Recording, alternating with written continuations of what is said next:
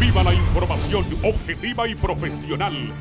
A continuación, 11 Noticias, emisión estelar, en alta definición.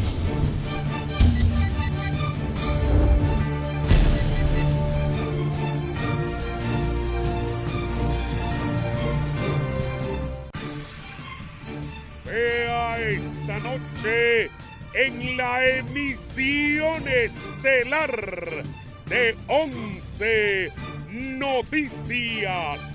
En exclusiva, en el foro La Entrevista, ministro de Salud José Manuel Matteu confirma 3 casos positivos de viruela del mono y 2 más en observación. Por supuestas presiones y amenazas, renuncia fiscal que lideraba investigación de compra de los hospitales móviles. Organizaciones que conforman junta nominadora listas para elegir sus representantes esta semana.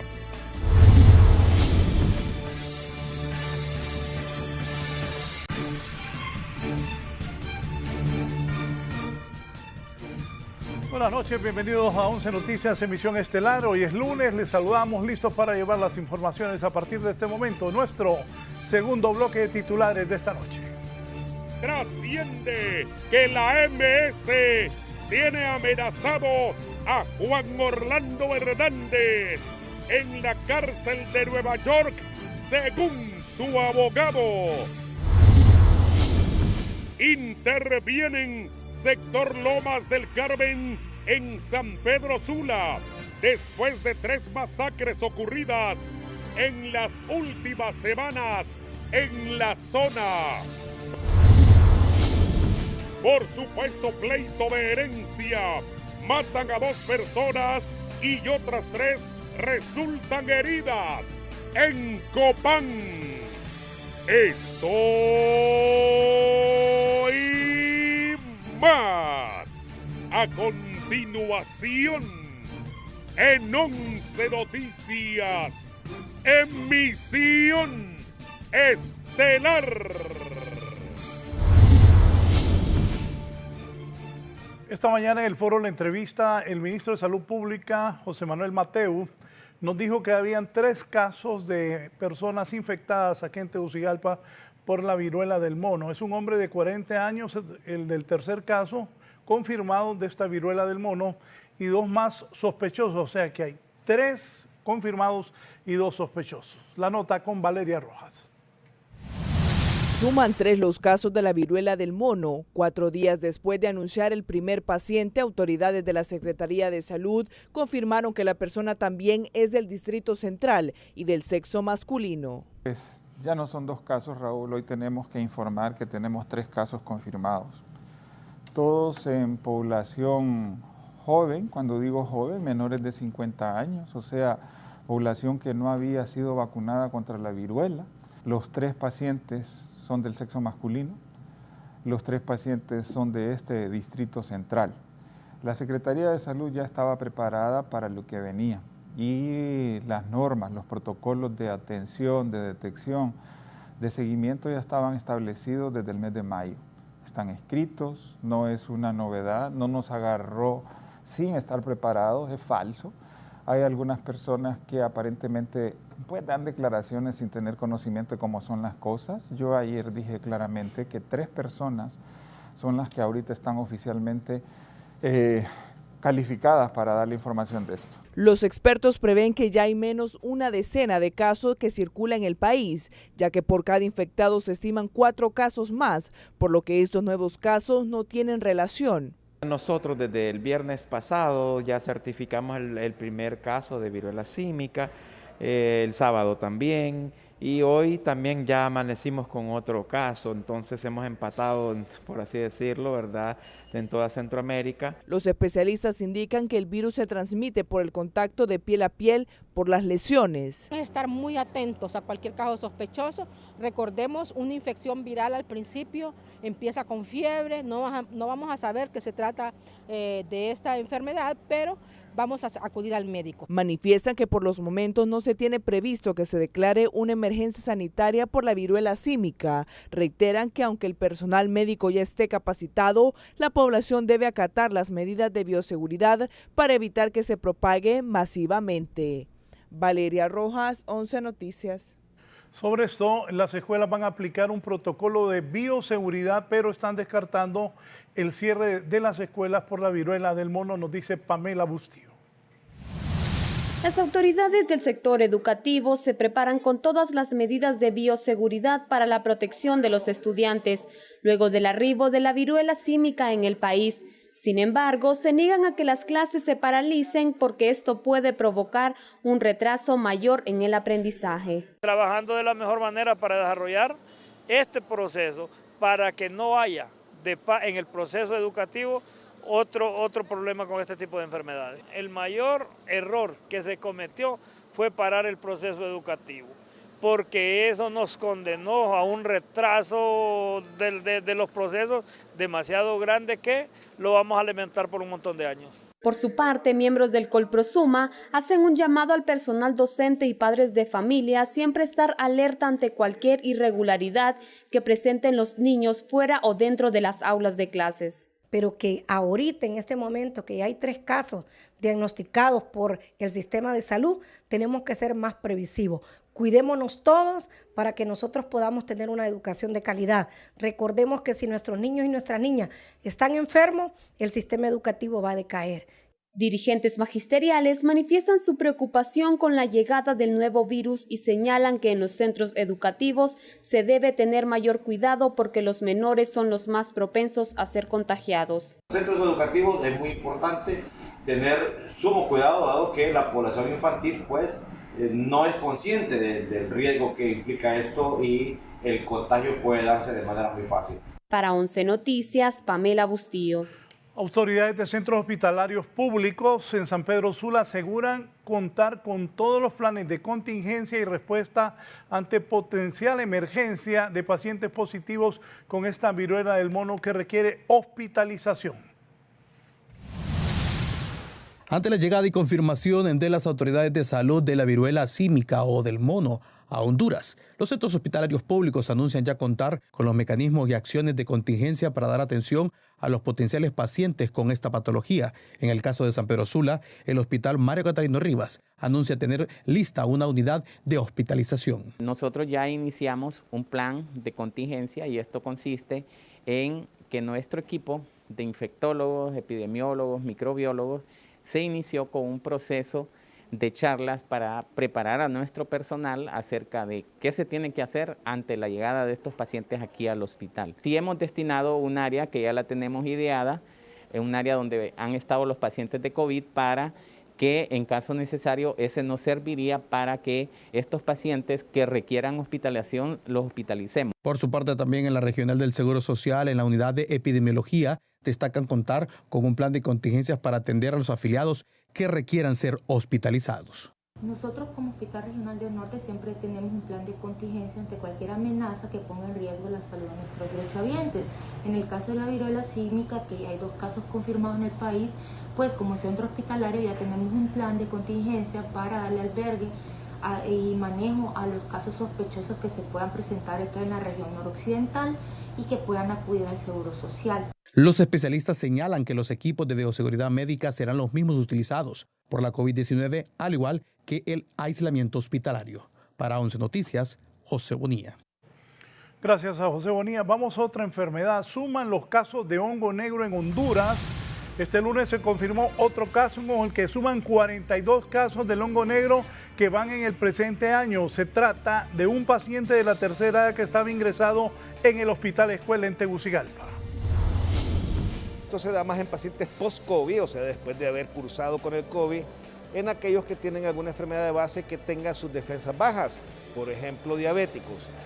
Por eso, a la población, por favor, hacerse autochequeos o, si usted nota alguna lesión, visitar prontamente un hospital. No esperar a que la lesión sea demasiado grande, que ya haya una afectación importante, porque ya el tratamiento no va a ser efectivo. Hay 2 muertos más por COVID en el Hospital Escuela, nos dice la periodista Valeria Rojas. Autoridades del Hospital Escuela reportaron este día 2 decesos a causa del COVID-19. Manifiestan que lamentablemente entre ellos falleció un menor de 2 años y una señora de la tercera edad. Lastimosamente un niñito de 2 años de edad, procedente de Comayagua, con una afectación muy grave de ambos pulmones, el cual no pudo pues sobrevivir, y una señora ya adulto mayor de aquí del departamento de Francisco Morazán del Porvenir. ¿Cuántos días tenían ellos hospitalizados? Bueno, ya un par de días, 2, 3 días, pero y esto venimos diciéndolo, si usted aún sabiendo las medidas de bioseguridad, conociendo que hay muchos centros donde se le está aplicando la vacuna, no guarda las precauciones y no se vacuna o no completa el esquema de vacunación, prácticamente es una responsabilidad de cada quien ahora, en este tiempo, pues preservar su vida. El menor era procedente del departamento de Comayagua y llegó al principal centro asistencial con un severo daño pulmonar.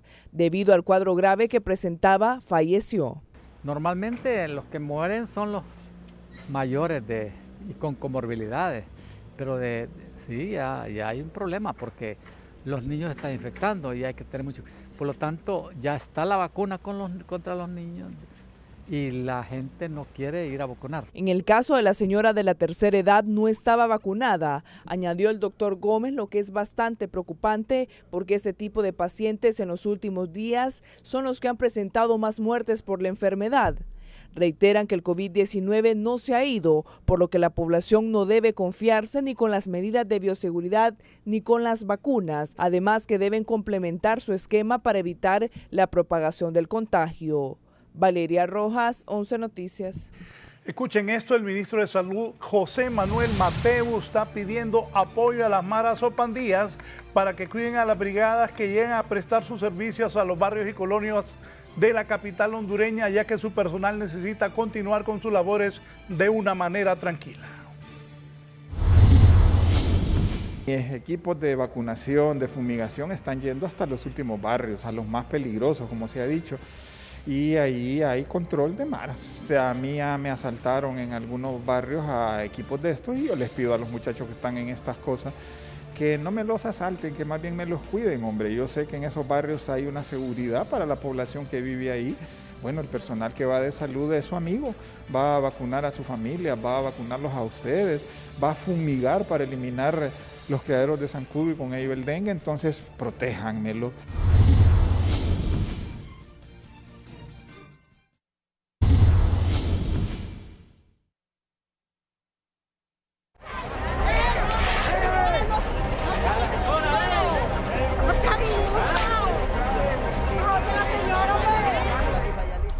La protesta de hoy, empleados de Hondutel siguen de paro de labores exigiendo el pago de salario y ya hay denuncias contra el gerente Carlos Orbin Montoya. La institución pues está en grandes problemas como lo ha venido estando durante los últimos años. Hoy se cumplen 12 días en paro de labores de los empleados del Sindicato de Trabajadores de la empresa de telecomunicaciones Hondutel, que son afín a Orlando Mejía, y denuncian que no están realizando sus labores por falta de pago y porque desde la gerencia de esa institución se están haciendo gastos onerosos en la remodelación de la oficina del gerente, en la cual supuestamente se han invertido al menos unos 800,000 lempiras. Nosotros como organización continuamos con asambleas informativas a nivel nacional, esto debido a la problemática salarial. Ya son 4 meses que nos adeudan, ya la próxima semana vamos a llegar prácticamente a 5 meses sin pago de salario. Entonces nosotros hacemos un llamado a las autoridades del país porque ya sinceramente estamos llegando a una situación calamitosa como empleados. Situación que se ve contrastada con los gastos que está haciendo la gerencia general. Por su parte, el titular de la institución dice que no es real esta aseveración, que se ha hecho gastos pero han sido mínimos, y en cuanto al pago de salarios, dice que incluso a él mismo aún se le adeuda su pago, y de continuar los empleados sin trabajar, los ingresos de la estatal son afectados. Así es que es absolutamente falso. Ellos asesores míos todos son gratuitos, nadie cobra, son amigos profesionales que yo les pido consejos, incluyendo periodistas, ¿verdad? Ingenieros, abogados, arquitectos, etcétera. En cuanto a la remodelación de la oficina, es absolutamente falso. Se trata de poner una planta que está en el 5º piso, en el primer piso, y readecuamos las instalaciones. No se ha gastado 200.000 lempiras, porque el edificio es viejo, hubo que cambiarle el piso, y se hizo con trabajadores de Hondutel.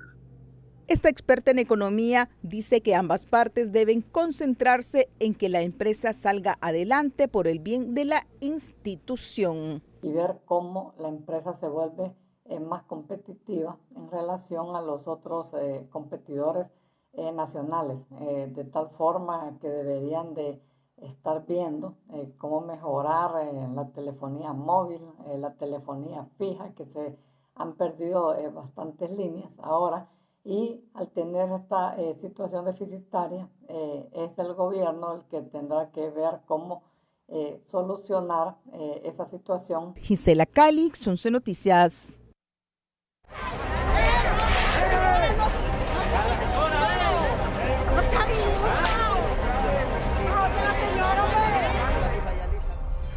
Bien, ahora nos vamos al seguro. Unos 170 enfermeros en el Seguro Social hondureño en San Pedro Sula hoy a través de un plantón exigieron se les dé una permanencia laboral en esta regional. Muchos de ellos tienen 4 y 6 años trabajando temporalmente sin acceso a sus derechos laborales según la ley. Nuestra permanencia porque tenemos 10, 15, 5, 6 años de no tener plaza. Vino gente nueva y les dieron nuestras permanencias. Así que exigimos a las autoridades que nos den respuesta, porque si no, esto no va a parar. Vamos a seguir con estos plantones y si no, nos vamos a ir allá a la Casa Presidencial a exigir nuestras plazas.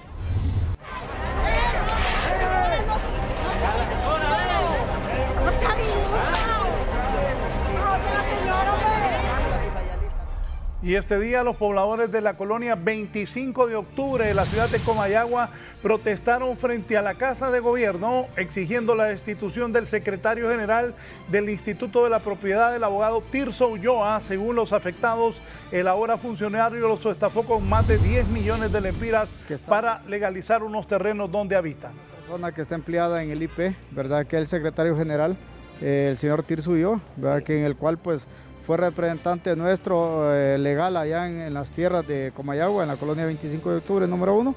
Y él pues realmente hace 10 años prácticamente ha sido el apoderado y realmente nos estuvo sacando y sacando dinero hasta esta fecha. Hace poco, todavía el año pasado nos estuvo sacando.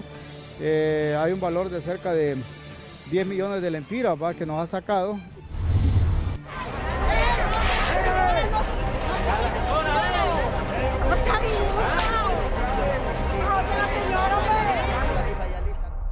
Cerramos con las protestas de hoy. Miembros del patronato de San Pedro Sula están protestando por los altos precios de la canasta básica, falta de bordos y títulos de propiedad. Ha bajado el combustible, pero no la canasta básica, dicen los protestantes. Pobladores de diferentes sectores del país aglutinados en la Confederación Nacional de Patronatos de Honduras realizaron un plantón en la avenida Circunvalación de San Pedro Sula pidiendo rebajas en la canasta básica, así como la construcción de los bordos en su totalidad. La básica es un problema prioridad 1. No puede ser que el combustible aumente y baje. Y hoy no baja la canasta básica. Estamos en contra de que no vienen a resolver el problema de los bordos. La gente está en agua. Hay gente que está desprotegida con el huracán Eta y Ota y que fueron estafados por mobiliaria, por segurancia, y el gobierno no está haciendo nada. Los pobladores de varios municipios del departamento de Cortés también exigen legalización de sus tierras porque son amenazados constantemente con desalojos. Ha quedado estancado y hay un montón de colonias que necesitan la expropiación y no se las quieren dar. Entonces, y la mayor parte de la colonia ya tenemos todo legal, todo listo para ser expropiado. Y hay problemas. ¿Qué están pidiendo? Que se los atitulen las tierras, que no quieren atitularlas. No los engañados los han tenido y nada. Es importante, según los dirigentes patronales, que estas acciones no se politicen, porque muchos miembros de partidos políticos quieren aprovecharse de pobladores para hacer reclamos al gobierno de turno. Bueno, de todo esto, que esta no es una lucha de partido, ¿verdad? Que esta es una lucha verdaderamente social por los intereses de la gran mayoría del pueblo. Así que hoy nuevamente la Confederación sale a las calles a protestar y que estos derechos pues sean respetados sin duda alguna. No queremos imposición de ningún partido político. Para 11 Noticias, Gerlin Díaz.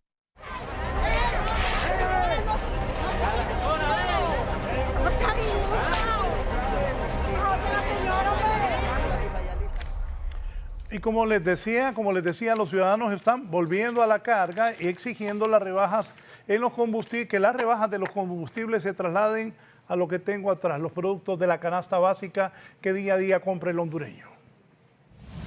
Que se pongan a hacer algo para que miren el estómago de la gente, la barriga, de que la gente, el hambre no tiene color político. Después se va a hacer un desorden en este país que no lo van a poder controlar. Esta es la exigencia de la mayoría de los ciudadanos al conocer las rebajas acumuladas en el precio de los combustibles, pero que las mismas aún no se reflejan en el costo de los productos y servicios de mayor demanda en los hogares. Todo mundo se muestra reticente, incluso el sector empresarial dice que esto es demasiado prematuro. ¿Qué? ¿Estamos esperando a que llegue el mes de diciembre o estamos esperando a que llegue la Semana Santa del otro año para tratar de llevar esas rebajas? Desde el sector productivo aseguran que al menos muchos productos de origen agrícola ya reflejan significativas rebajas en sus precios desde la semana anterior. Sin embargo, en aquellos donde interviene la industria, la historia es diferente, reconocen las autoridades de protección al consumidor. El precio de los combustibles incide en un porcentaje no tan alto como la gente piensa. El porcentaje más alto son los insumos para el costo de producción, tanto de los alimentos concentrados, los fertilizantes y otros insumos que son importados. Solo en los 30 productos esenciales de canasta básica, el alza acumulada del presente año ya se estima en unos 800 lempiras. Para 11 Noticias, Víctor Valladares. Y unos 160 millones de dólares ya fueron destinados para el proyecto orientado a instalar la quinta turbina de generación de energía en la represa hidroeléctrica Francisco Morazán, lo que a criterio de los trabajadores de la Empresa Nacional de Energía Eléctrica le permitirá a esta empresa disponer de más potencia firme para atender las demandas en la hora de mayor demanda del servicio. Va a haber una inversión fuerte para poder instalar la quinta turbina en la central hidroeléctrica El Cajón. Recordemos que ya existe el espacio físico en la zona desde que se construyó la represa entre 1980 y 1985. Tenemos caídas de desfogue de agua que se pueden incorporar para que pueda llegar esa agua desde el embalse hacia la sala de máquinas para que esta turbina pueda totalmente generar energía y poder suplentar el déficit que existe en el país por energía disponible en el sistema interconectado.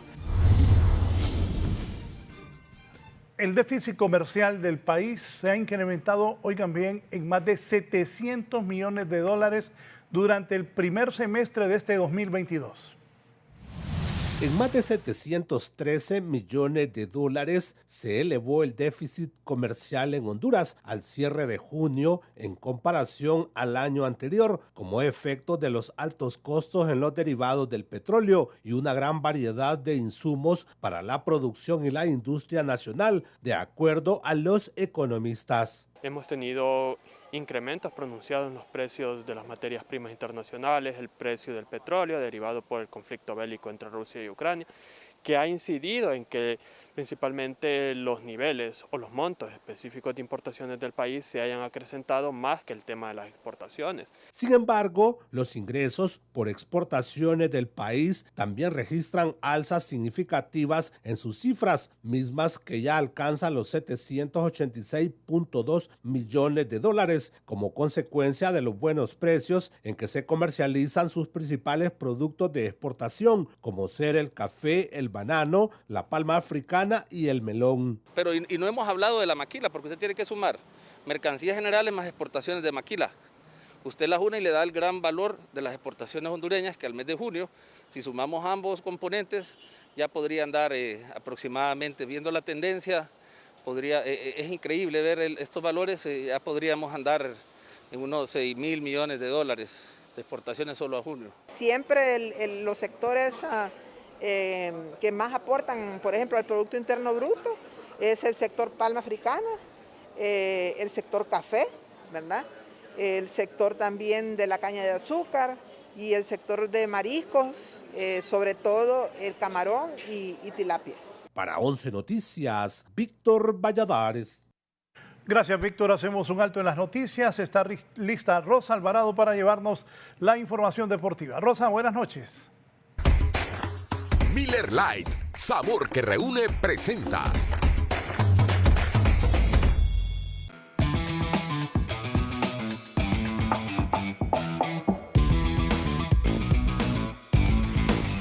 Muy buenas noches, licenciado. Muy buenas noches a usted en casita y feliz inicio de semana. Definitivamente que el fin de semana nos dejó muchísimo de qué hablar en cuanto a diferentes ambientes. Obviamente lo de Teófimo López le ha dado la vuelta al mundo, pero por supuesto nuestra Liga Nacional también, de la cual hemos estado platicando durante todo el día. Así que veamos precisamente cuáles han sido esos resultados que tuvimos como parte de la cuarta jornada de nuestra Liga Nacional en el torneo Apertura y por supuesto cómo se desarrolló también en la tabla de posiciones. Los Lobos de la UPN lamentablemente no logran levantar cabeza, caen 2-1 contra el Honduras del Progreso y siempre el mismo día sábado el Vida de la Ceiba le ha ganado 2-0 a la Real Sociedad de Tocoa. Ya para el día domingo tocaban 3 partidos, porque recordemos que a la Liga Nacional le gusta poner los partidos a la misma hora y perfectamente se dio esto entre sábado y domingo, porque el Olancho empezaba recibiendo al Olimpia 1-0 con anotación de Brian Moya, logra ganar al equipo de Pedro Troglio para continuar en el primer lugar,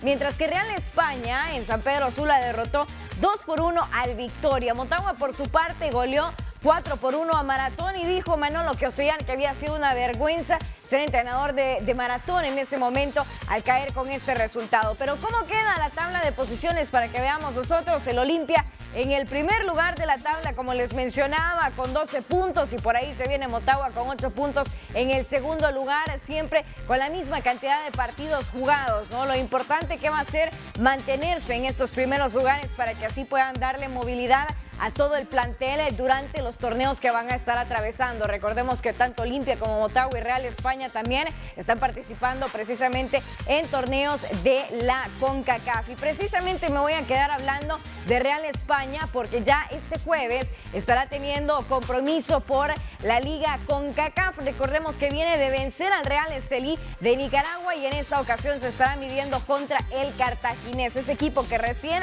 acaba de campeonizar en Costa Rica y será este próximo 18 de agosto. Tanto Olimpia como Motagua tendrán sus respectivos partidos, Motagua fuera del país, al igual que el conjunto melenudo. Pero si usted pues está por disfrutar en San Pedro Sula este partido, aquí le dejamos también los precios que haya publicado el presidente Elías Urbana y a través de la cuenta oficial también de Real España lo han dado a conocer. Con esto yo me despido, pero antes recordándole que it's Miller Time y que es tiempo de mandarle las coordenadas a tus amigos, es tiempo de encender el grill, es tiempo de sacar unas Miller Lights bien frías, es tiempo de destapar el sabor que nos une. Con esto nos vamos a una breve pausa comercial, ya continuamos con más aquí en 11 Noticias Estelar.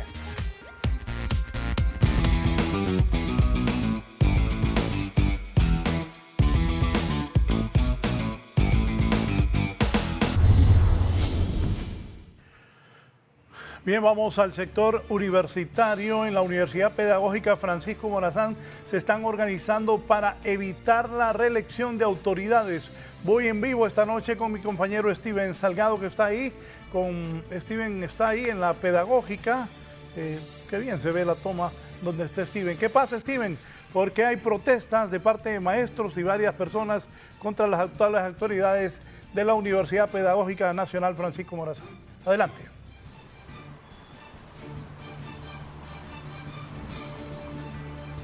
Muy buenas noches, licenciado Raúl Valladares, y también a nuestra amada teleaudiencia de 11 Noticias, emisión estelar. Decirle que este día se ha publicado ya la primer proclama de un grupo de docentes organizados de la Universidad Nacional Pedagógica de Honduras, que ellos le piden a la población estudiantil y a la opinión pública que sean vigilantes y garantes del próximo proceso electoral que se realizará dentro de 7 meses, porque ellos temen que haya una posible reelección de nuevo de las autoridades de la universidad, pero que sea el docente Héctor Aguilera quien nos dé más información al respecto. Consejo Superior Universitario no está por sobre los profesores y no está por sobre las bases estudiantiles. Somos los profesores los que delegamos en el Consejo Superior Universitario el voto para elegir autoridades. Entonces no pueden, digamos, abrogarse facultades que no les competen. Y bueno, hacemos un llamado a que estas elecciones, ¿verdad?, que van a ser convocadas imaginamos en febrero del próximo año, sean unas elecciones de lo más transparente posible y que las planillas que se presenten sean planillas donde prive lo que es la meritocracia.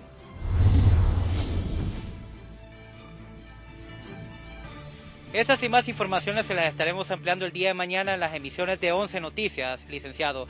Con esto vuelvo al estudio. Buenas noches. Buenas noches, daremos seguimiento. Gracias, Steven. Daremos seguimiento a este conflicto nuevo que surge en la escuela, en la Universidad Superior, la Pedagógica Francisco Morazán. Semana crucial para que las 7 organizaciones que conforman la Junta Nominadora elijan a sus representantes para la elección de los nuevos magistrados de la Corte Suprema de Justicia. Fernando Arteaga.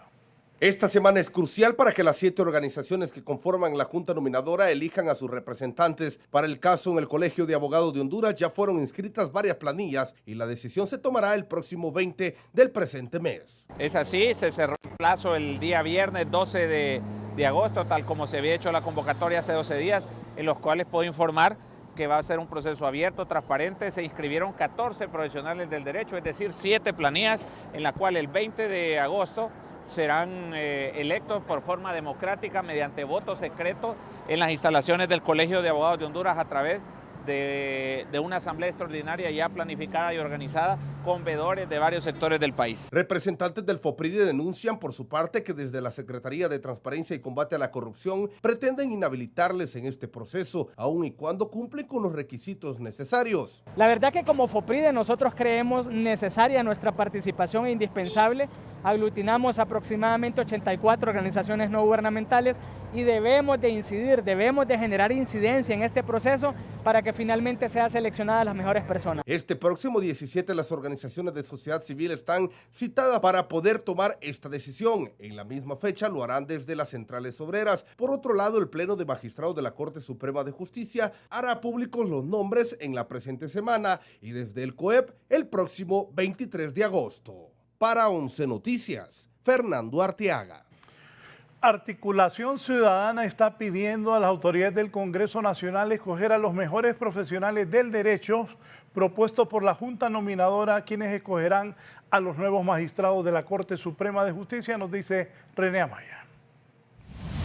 En conferencia de prensa frente a la Casa de las Naciones Unidas, la Articulación Ciudadana para la Transparencia y la Justicia demandaron este día al Congreso Nacional elegir a los mejores magistrados del Poder Judicial de la nómina de los 45 candidatos que proponga la Junta Nominadora. Nuestras posiciones técnicas, patrióticas, que no están vinculadas con ningún partido político, sino con el bien supremo, de que logremos fortalecer el sistema de justicia a través de la nueva elección de estos magistrados para abrir un camino a que la CICIG venga y se instale en nuestro país. Piden a la Junta Nominadora apegarse a la ley y a la escogencia de los candidatos y candidatas para lograr tener una Corte Suprema de Justicia que venga a representar a las grandes mayorías. De que la escogencia de los magistrados y magistradas o candidatos a magistrados y magistrados sea por idoneidad, creo que demuestra una leve pero significativa intención política. Esperamos que la Junta Nominadora, como órgano beligerante e independiente y que se rija con la nueva ley que fue aprobada, hagan un papel de transparencia. En el Congreso Nacional dicen que están a la expectativa de los profesionales del derecho que propongan los nominadores para proceder a escoger a los mejores hombres y mujeres para dichos cargos. Tenemos leyes, reglamentos y ahora lo que resta es confiar en que los nominados que van a representar las juntas nominadoras van a ser personas correctas. Las distintas organizaciones tienen hasta el 31 de este mes para nombrar a sus representantes en la Junta Nominadora y será hasta el próximo año que el Congreso Nacional estaría eligiendo los nuevos magistrados y magistradas del Poder Judicial. René Amaya, 11 Noticias. Sobre este tema volvió a aparecer la señora embajadora del gobierno de los Estados Unidos ante pueblo y gobierno de Honduras. Estoy hablando de Laura Dogu. Dice el primer tuit: fue un placer hablar con estos valientes representantes de la sociedad civil que juntaron esfuerzos en la ACJ Honduras sobre la elección de la nueva Corte Suprema de Justicia y la CICI. La sociedad civil tiene un importante rol en la Junta Nominadora y como veedor parece asegurar transparencia. Voy a repetirlo porque al final quiero hacer un comentario. Nuevamente, la embajadora de Estados Unidos se ha reunido con representantes de la sociedad civil para esto de la elección de la Corte Suprema y veo al presidente de la Corte, al presidente del Colegio de Abogados, a Rafael Canales, y otros distinguidos miembros de la Junta Directiva del Colegio. Pues dijo la señora embajadora de los Estados Unidos, Laura Dogu, fue un placer hablar con estos valientes representantes de la sociedad civil que juntaron esfuerzos en la ACJ Honduras sobre la elección de la nueva Corte Suprema de Justicia y la CICI. La sociedad civil tiene un importante rol en la Junta Nominadora y como veedor para asegurar la transparencia. Es la opinión de la embajadora después de reunirse con estas personas de la sociedad civil. El siguiente. También felicité a los consejeros del Consejo Nacional Electoral de Honduras por las elecciones del 2021. Hablamos sobre sus planes para fortalecer su institución en vista de las elecciones del 2025. Estados Unidos, pone la bandera de Estados Unidos, seguirá siendo un aliado para los órganos electorales y apoyarán la democracia. En Honduras, poneme el primero. Ahí. Yo no creo que el embajador Wu, que fue recientemente nombrado en Washington, algún día va a poder opinar sobre quiénes van a ser los magistrados de la Corte Suprema de Estados Unidos. No estoy de acuerdo, con respeto a la embajadora, pero no estoy de acuerdo que ande de reunión en reunión y así públicamente opinando sobre algo que nos corresponde a los hondureños. Creo que tenemos que tener nosotros la dignidad de que esa es una decisión nuestra. Porque, repito, ¿creen ustedes que el embajador de Honduras en Washington puede opinar que Trump debería ir a la cárcel porque quiso dar golpe de Estado? No creo, ¿verdad? Bien, eso en cuanto a la elección de magistrados. Pero también aquí les voy a recordar algo. Vamos a lo siguiente. Ahí la embajadora visitó a los miembros del Consejo, poneme el otro tweet, Consejo Nacional Electoral de Honduras, dijo, ponémelo bien para leer. La embajadora Dogu, que es bien activa, estuvo en Nicaragua, felicité a los consejeros del Consejo Nacional Electoral Honduras por las elecciones del 2021. Hablamos sobre sus planes para fortalecer su institución en vista de las elecciones del 2025.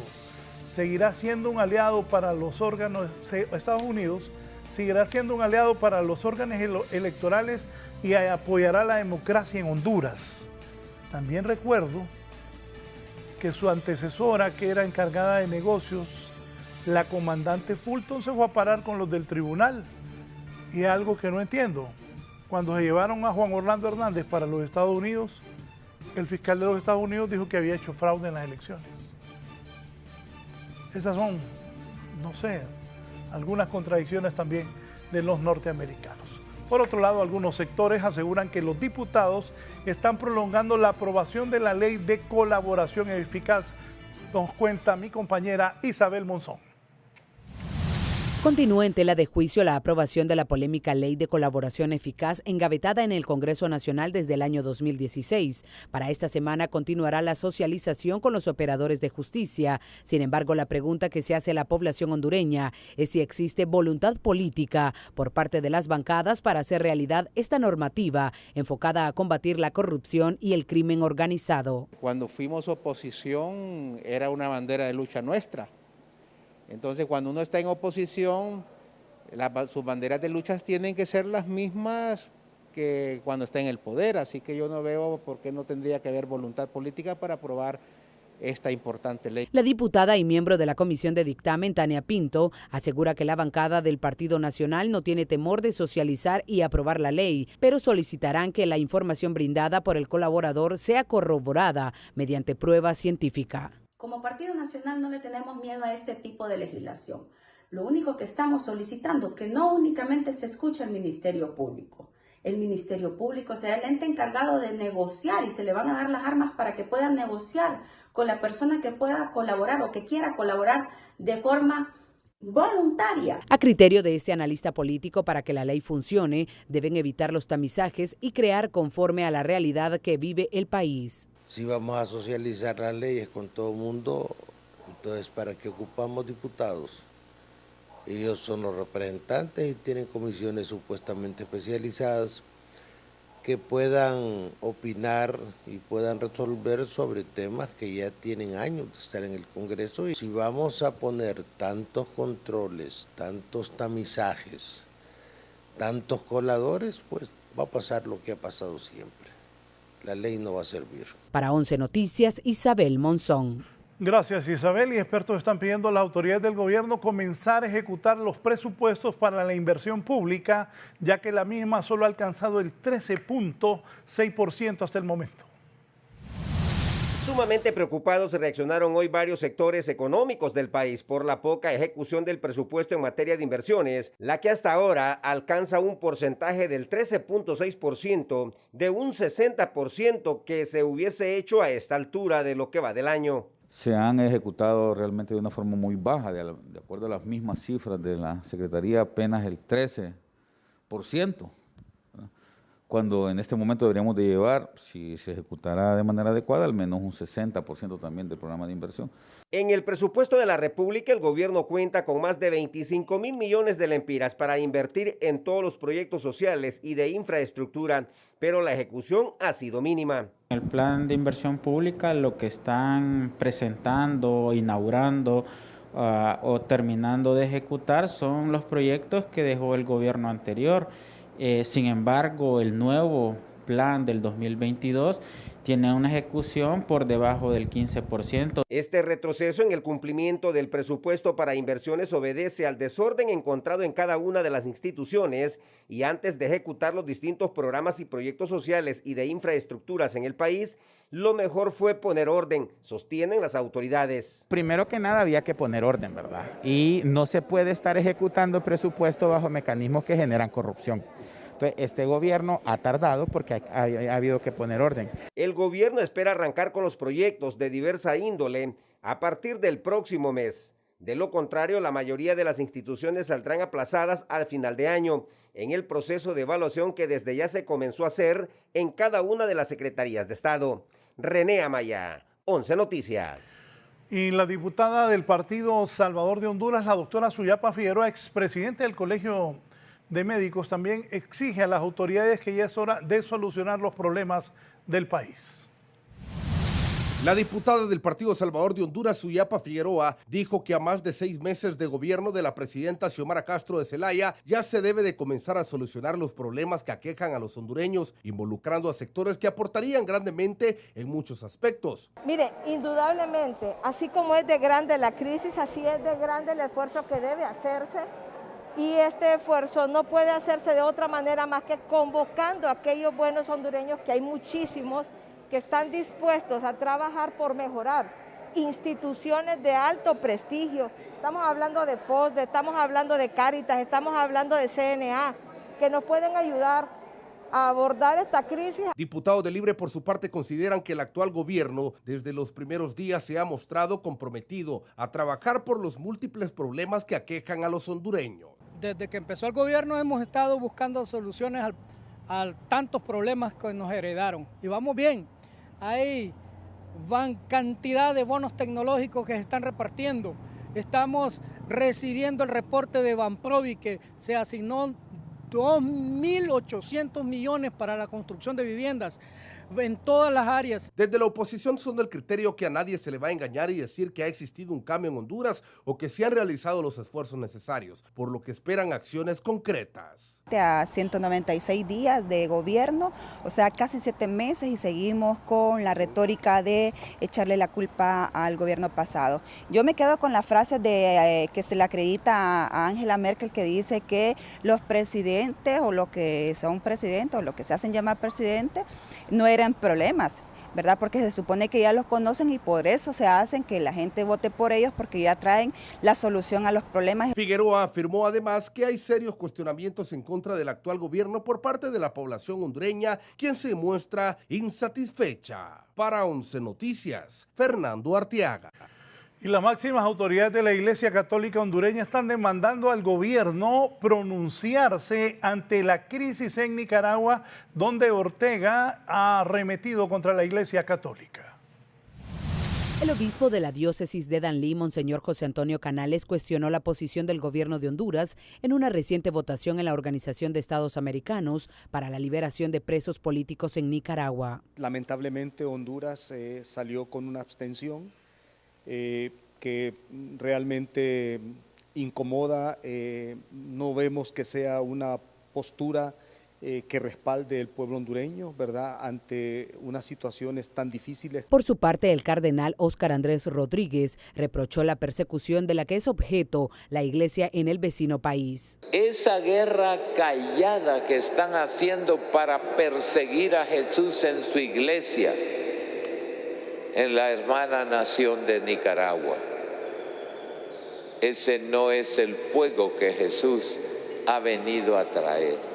De acuerdo con este analista, la abstención de parte del gobierno de la presidenta Xiomara Castro y de las autoridades de Relaciones Exteriores demuestran que no existe interés para apoyar a la Iglesia Católica. Le falta capacidad a los que asesoran a la presidenta para hacerle ver de cómo debe o que debe pronunciarse en contra de esta arbitrariedad y este atropello. Diferentes sectores religiosos han mostrado su temor de que pueda suceder en Honduras lo mismo que acontece en la hermana nación nicaragüense. Sin embargo, el secretario de Estado, Rodolfo Pastor, asegura que como gobierno se garantizará la libertad de culto.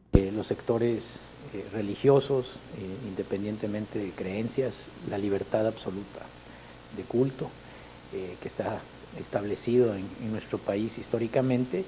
Aquí estamos completamente comprometidos con la libertad y garantizar los derechos de todas y todos. Para 11 Noticias, Isabel Monzón.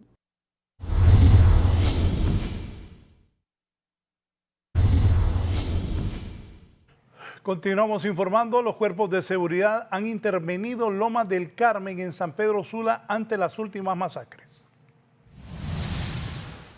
Tras un rosario de asesinatos de manera consecutiva, las fuerzas de seguridad tomaron la decisión de intervenir por completo el sector Lomas del Carmen de San Pedro Sula, donde según las autoridades, 3 estructuras criminales estarían en feroz batalla por disputa de territorios. Con diferentes especialidades, con unidades especializadas que vamos a poder realizar identificación, intervención y registro de personas, así como aquellos procesos de judicialización con las unidades de investigación y de inteligencia que nos permitan ir identificando a todas estas personas que se vean vinculadas con estos hechos. La incidencia nosotros tenemos que trabajarla en todo momento y en el momento que anticiparnos también.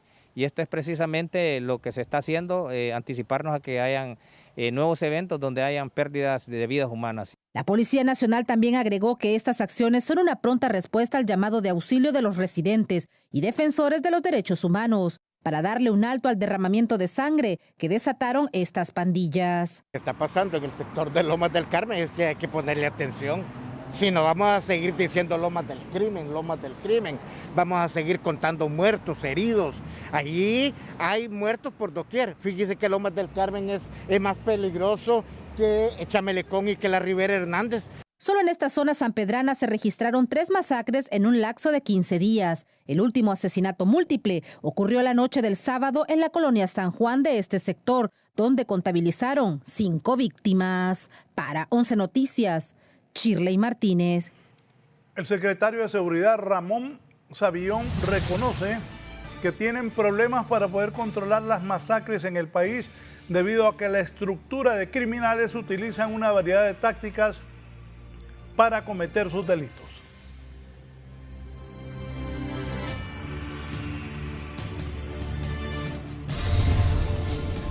Bueno, la muerte es una muerte múltiplica que ha ocurrido, entonces eso nos ocupa y también objeto de análisis, como usted dice, para ver cómo podemos ir identificando causas y poniendo los correctivos del caso. Que detrás de eso hay una estructura criminal que perdió poder y hay otra parte de esa estructura, de ese espacio creado, nos deja una estela de crimen, de sicariato, de lavado, en que empobrece la vida del hondureño, no solo los medios materiales, sino que termina con su vida.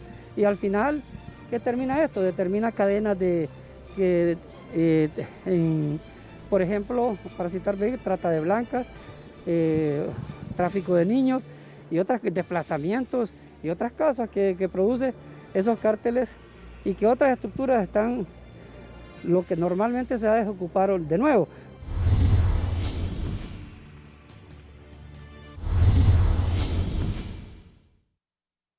Sí, estamos mal aquí. Ha renunciado la fiscal que dirigía la investigación sobre el caso de los hospitales móviles. Le vamos a dar seguimiento al porqué y también conocer qué piensan las autoridades. Giovanni. La fiscal Blanca Mejía, que estaba a cargo de la investigación de la compra de los 7 hospitales móviles, renunció a su cargo, según ha trascendido, por presiones y amenazas producto de este caso. Sin embargo, ella nunca exteriorizó ese extremo ante sus superiores, aclara el Ministerio Público. En efecto, ella interpuso su retiro voluntario en el mes de junio. Se le dio hace 3 semanas y argumentó que ella tenía otros proyectos personales y que por eso se iba de la institución. En ningún momento ella manifestó a sus superiores algún tipo de temor o amenazas que había recibido en tal sentido. La situación es un tanto compleja porque no hay las condiciones óptimas de seguridad para los funcionarios y no es la primera ni la última en tomar esta decisión de vida o muerte, según exfiscales. Una de las cosas por la cual yo renuncié al Ministerio Público fue eso, ¿verdad? Porque no se tenía la seguridad de que sencillamente que solo nos dieron una pistola Glock, nos dieron un chaleco, un radio, y eso era todo lo que teníamos. Profesionales del derecho creen necesario que se deberá reforzar la seguridad a este tipo de funcionarios, de lo contrario las huidas proseguirán. Entonces es oportuno que en su momento y tiempo se le dé las medidas de seguridad correspondientes para efectos de salvaguardar su integridad física. En esta transacción están en juego más de 47 millones de dólares por el que guarda prisión Marco Bográn, condenado a 10 años, 11 meses y al pago de una multa de más de 1.400 millones de lempiras. Sin embargo, está pendiente una orden de captura internacional en contra de Axel López, ejecutivo de la empresa que vendió los sanitarios móviles. Y obviamente, pues eso ha sucedido no solamente en el Ministerio Público, sino que en varias instituciones del Estado donde hay colegas que han llevado algunas causas. Para 11 Noticias, Giovanni Villalobos. Bueno, los fiscales tienen miedo. Recuerdo un fiscal amigo me llamó hace algunos años y me dijo: Raúl, ayúdame a que me trasladen. Estaba en el occidente del país. Y eso le digo yo, no, es que aquí me van a matarme. O me ayudas o me salgo. Yo logré hacer alguna gestión, pero al final el hombre se salió. Es la realidad. Por otro lado, requieren a un ciudadano y un vehículo para investigación, ya que presuntamente también habría participado en la masacre en la que murió el hijo del expresidente Porfirio Lobo.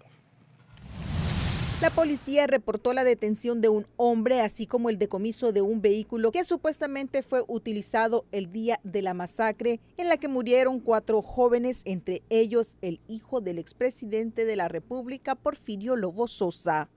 Este fin de semana hemos recibido un informe nuevo, que se trata de la ubicación de un nuevo vehículo que tuvo participación. Pese a estos avances en las pesquisas sobre este hecho violento, los expertos en criminalística afirman que las investigaciones deben ser más exhaustivas a fin de dar una respuesta más concreta a los familiares de las víctimas. Es bueno que vayan surgiendo estos elementos.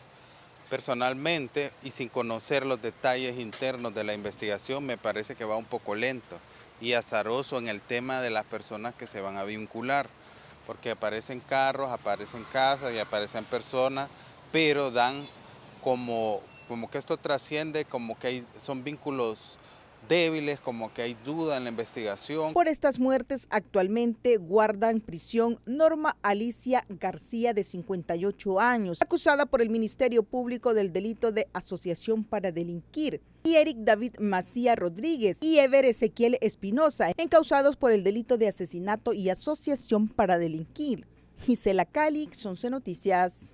El abogado del expresidente Juan Orlando Hernández Alvarado está manifestando que el expresidente de Honduras está siendo amenazado por miembros de la Mara MS en la cárcel de Nueva York. El apoderado legal del expresidente de la República, Juan Orlando Hernández, asegura que el exmandatario está siendo amenazado presuntamente por miembros de la Mara MS-13 que están recluidos en la misma cárcel metropolitana de Brooklyn en Nueva York. Esta causa afirma que podría solicitar que Hernández se defienda en libertad en el proceso que la justicia de Estados Unidos tiene en su contra por delitos relacionados al narcotráfico. Individuos de alto mando en la policía le han dicho que han recibido información que la Mara le va a hacer intentos a asesinar a él, posiblemente en la cárcel, y a su familia también en Honduras. Expertos consideran que esta petición es sumamente difícil que sea concedida debido a la gravedad de los cargos por lo que se le acusa al exmandatario hondureño. A él lo van a remover de celda, lo van a mover de prisión a otro lado, en donde esté más seguro. Pero este analista internacional asegura que toda persona que se considere vulnerado en el interior de una cárcel, no importa su condición, está en su derecho de acogerse a la 8ª enmienda de la Constitución de Estados Unidos. Estados Unidos, bajo la enmienda número 8, no distingue el tipo de aceptaciones en el caso de dejar a una persona que se encuentra detenida en libertad condicional. Estados Unidos revisa 3 formatos. Número 1, la peligrosidad de la persona que se encuentra detenida. 2, el comportamiento que ha tenido durante los meses, años que ha estado dentro del centro de detenciones. Y número 3, el reporte del oficial de probación. El expresidente Juan Orlando Hernández permanece guardando prisión en Estados Unidos desde el pasado 21 de abril y enfrenta cargos por el delito de narcotráfico y uso de armas prohibidas. Y en el mes de septiembre volverá a enfrentar la justicia de ese país del norte. Gisela Cailix, 11 Noticias. Cerramos informando, lamentablemente una niña ha muerto al caer de juegos mecánicos allá en Santa Bárbara. Un caso conmocionó el occidente de Honduras luego de que una niña muriera al caer de un juego mecánico en una feria en el departamento de Santa Bárbara. A la víctima le identificaron con el nombre de Brittany Fernández Orellana, de 13 años de edad, quien cayó de una altura considerable en Santa Bárbara. El momento quedó captado por un video en el que se ve el juego mecánico, que consiste en que los usuarios sentados y el aparato da giros al mismo tiempo, que rota hasta dejar caer a los usuarios con la cabeza hacia abajo. En una parte del clip se ve el instante en que la menor sale disparada, al tiempo en que la mujer que grababa con el celular lanzaba un grito aterrorizada. La pequeña era originaria de la colonia Tempisque de Trinidad, Santa Bárbara, y la tragedia sucedió en la feria de la Chinda. En las redes sociales, las personas lamentaron el hecho y cuestionaron que estos aparatos no son inspeccionados y ponen en peligro la vida de los usuarios.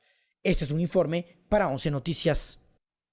Este es un gol y le expulsan a un jugador. Bien, estoy comentando aquí con Marlon Mejía, por cierto. Casulave pregunta que qué estaba comiendo.